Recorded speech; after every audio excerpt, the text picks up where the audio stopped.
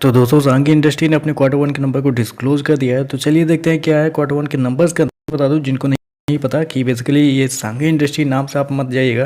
Basically Adani group की ये company है, तो अदानी का ये कंपनी आप कह सकते हैं।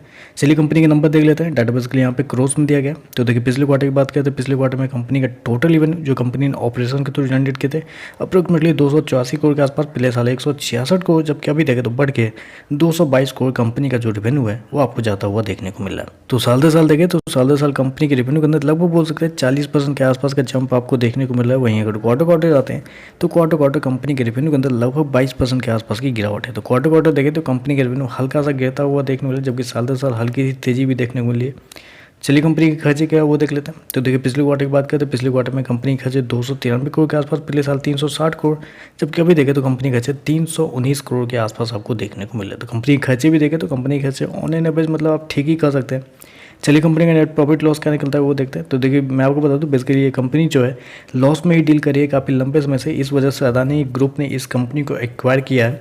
तो देखिए पिछले क्वार्टर में कंपनी 19 करोड़ के आसपास के नुकसान में थी, पिछले साल 190 करोड़ के आसपास का घाटा, जबकि अभी देखें तो घट के 88 करोड़ के आसपास आपको देखने को। तो साल दर साल देखें तो साल दर साल कंपनी का जो लॉस है वो लगभग बोल सकते हैं आप आधा से भी कम होता हुआ देखने को मिल रहा है। जबकि क्वार्टर क्वार्टर जाते हैं तो क्वार्टर क्वार्टर कंपनी का जो लॉस है वो आपको बढ़ता हुआ देखने को मिल रहा है। तो जस्ट लाइक कंपनी के रिवेन्यू की तरह साल दर साल देखें तो रिवेन्यू आप लॉस दोनों आपको देखे तो रिवेन्यू बढ़ता हुआ देखने वाला, लॉस भी कम होता हुआ देखने वाला है। लेकिन क्वार्टर क्वार्टर जाते हैं तो क्वार्टर क्वार्टर कंपनी का रिवेन्यू कम होता हुआ देखने वाला, रिवेन्यू और कंपनी का जो लॉस है वो आपको बढ़ता हुआ देखने को मिला। ईपीएस की बात करें पिछले क्वार्टर में 74 पैसे माइनस का, पिछले साल 7 रुपये माइनस का था, अभी देखें तो 3.5 रुपये माइनस का आपको देखने को मिला। तो ओवरऑल अगर देखा जाए तो साल दर साल कंपनी के नंबर अच्छे आपको देखने को मिला। मेरे हिसाब से सीमेंट सेक्टर की ये कंपनी है तो आपको साल दर साल ही जज करना चाहिए। साल दर साल देखें तो कंपनी के नंबर अच्छे हैं, क्वार्टरली बेसिस पे देखें तो कंपनी के नंबर थोड़े से कमजोर देखने को मिल रहे हैं।